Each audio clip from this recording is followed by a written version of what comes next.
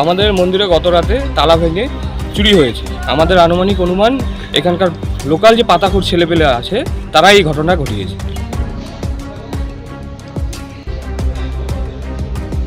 এখানে মন্দিরে মায়ের হচ্ছে ওই টিপি ছিল, টিপ ছিল, একটা চেন ছিল, আরও মানে যারা পাড়ার লোকজন যারা মন্দিরে মানে ডোনেট করেছে মাকে, মায়ের ভক্তরা, ওই সমস্ত আরও জিনিস ছিল। মোটামুটি সব মিলিয়ে প্রায় 5-7 লাখ টাকার মাল ছিল হয়।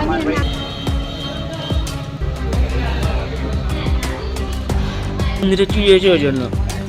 তুই চুরিতে ছিলি না, তো এমনি আটকে রাখবে তোকে? হ্যাঁ, সন্দেহ করে আটকাইছে।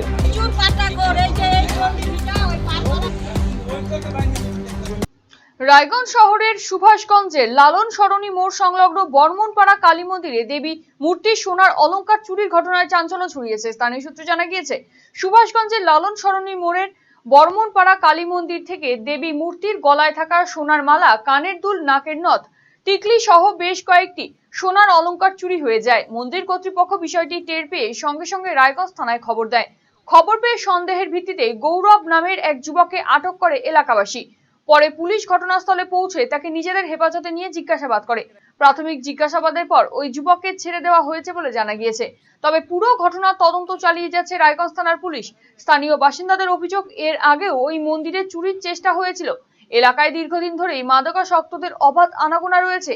তাদেরই কেউ এই ঘটনার সঙ্গে জড়িত থাকতে পারে বলে সন্দেহ প্রকাশ করেছেন এলাকার বাসিন্দারা। পাশাপাশি দোষীদের দ্রুত গ্রেফতার এবং মন্দিরের নিরাপত্তা জোরদারের দাবিও তুলেছেন তারা।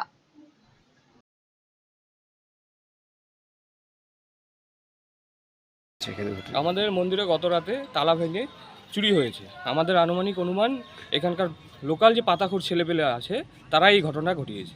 কি কি অলংকার ছিল মায়ের গলায়? মায়ের গলায় ছিল, কানের ছিল, নাকের নথ ছিল, টিকলি ছিল, যাবতীয় আরও কিছু জিনিস ছিল, গলায় একটা চেন ছিল, যাবতীয় সব জিনিসই নেওয়া হয়েছে। বাসনপত্র রয়েছে, কিন্তু সোনার অলংকার যা ছিল প্রত্যেকটা জিনিস চুরি হয়েছে। ধরতে পেরেছেন? চোর আইডিয়া করতে পেরেছেন? ধরতে পারিনি, একজনকে ধরা হয়েছে। ও বলছে কে কি থাকছে না থাকছে, ওর কাছ থেকে আমরা জানতে পারছি, এখনো জানতে পারিনি। দেখা যাক কি হচ্ছে। এক করে নাম জানতে পারছি। থানাতে জিডি করার জন্য গিয়েছে কয়েকজন। এই মুহূর্তে এখানেই আছি। কি চাচ্ছেন প্রশাসনের কাছে? আমরা চাচ্ছি প্রশাসনের কাছে এটাই যে পরবর্তীতে নেক্সট আমাদের এরিয়া বলে কথা না, সব জায়গায় যেন এই জিনিসটা বন্ধ হয়। ধীরে ধীরে আমাদের অত্যাচার প্রচুর বাড়ছে। যুব সমাজকে নষ্ট করেছে। দীর্ঘদিন ধরে সাথে সাথে সমস্ত এলাকায় ব্রাউন সুগারের অত্যাচার। একদম। কি মনে করছেন এই বিষয়টাতে? এটা আমাদের যুব আগামী দিনে যে প্রজন্ম, সেই প্রজন্ম নষ্ট হয়ে যাচ্ছে। এর আগেও কি মন্দিরে চুরি হয়েছিল? না, এর আগে চুরি হয়নি, কিন্তু চুরি প্রচেষ্টা করেছিল এর আগে। ওরা করতে পারেনি, কিন্তু এবার চুরি করে নিয়েছে। কি মনে করছেন এই চুরির পিছনে কারা থাকতে পারে? সব পাতাখোরগুলো, এরা সারাদিন আড্ডা মারে, জঙ্গলে টঙ্গলে থাকে। এর আগেও আমরা অনেকবার বলেছি, পুলিশ প্রশাসনকেও জানানো হয়েছিল যে এই চুরিটা এখানে অনেক পাতাখোরের ডিস্টার্ব হচ্ছে। সাধারণ পাবলিক ঠিক মতো থাকতে পারছে না, অশান্তি করছে। এরা সারা রাত নিশাচরের মতো ঘুরে বেড়াবে এরা। এবার আমরা সাধারণ লোক সারাদিন কাজ করি, রাতে ঘুমাবো। এবার রাতে তো এদের পাহারা দেওয়া সম্ভব না। পুলিশ প্রশাসন যদি এটা শক্ত হাতে না নেয়, তাহলে সাধারণ পাবলিক খুব মুশকিল হয়ে যাবে। এই যে এত বড় একটা চুরি হলো মন্দিরে, দুশ্চিন্তায় আছেন? অবশ্যই দুশ্চিন্তায় আছি। আমরা বাড়িতে গেট লাগিয়েও এখন শান্তিতে নেই। মন্দিরে মায়ের হচ্ছে ওই টিপি ছিল, টিপ ছিল, একটা চেন ছিল, আরও মানে যারা পাড়ার লোকজন যারা মন্দিরে মানে ডোনেট করেছে মাকে, মায়ের ভক্তরা, ওই সমস্ত আরও জিনিস ছিল। মোটামুটি সব মিলিয়ে প্রায় 5-7 লাখ টাকার মাল ছিল হয়। এর আগে এরকম চুরি হয়েছে মন্দিরে? না, এর আগে এরকম হয়নি, তবে প্রচেষ্টা হয়েছে অনেকবার। তো এই চুরির পিছনে কারা থাকতে পারে কি মনে করছেন? আমরা তো সন্দেহ করছি যে এখানে লোকাল কিছু পাতাখোর ছেলেপেলে আছে, এরাই থাকবে। আর এদের সাথে আরও কিছু ছেলেপেলে, বাইরের ছেলেপেলেও আছে। মানে থানায় অভিযোগ জানিয়েছেন? হ্যাঁ, থানায় গেছে, কয়েকজন গিয়েছে থানাতে, তাদের কয়েকজন গিয়েছে থানাতে। কি চাইছেন প্রশাসনের কাছে? আমরা প্রশাসনে এটাই চাচ্ছি যে আমরা যেন ভালোভাবে থাকতে পারি। এই যে কোনো পাতাখোরের অত্যাচার, তাতে তো বাড়িতে কিছু রাখা যাচ্ছে না। আর যারা বললো এর আগে সেমই আমি তাই বলবো যে মানে এইভাবে তো সমস্যা হচ্ছে না। মানে বাড়িতে বাইরে কোনো কিছু রাখা যাচ্ছে না, এবং আমরাও সেফ নেই। আজকে মন্দিরে তালা ভেঙে আজকে মায়ের গয়না চুরি করছে, কালকে তো আমাদের বাড়িতে গিয়েও সেম কাহিনীটা। ভুবনেশ্বর এইমসের চিকিৎসক বর্তমানে রায়গঞ্জ গভর্নমেন্ট মেডিকেল কলেজ ও হাসপাতালে কর্মরত। যে কোনো ধরনের ব্যথা ও প্যারালাইসিস নিরাময়ে বিশেষজ্ঞ ডক্টর সর্বানন্দ মণ্ডল এখন বসছেন রায়গঞ্জে একমাত্র নিউ বেঙ্গল মেডিকেলে।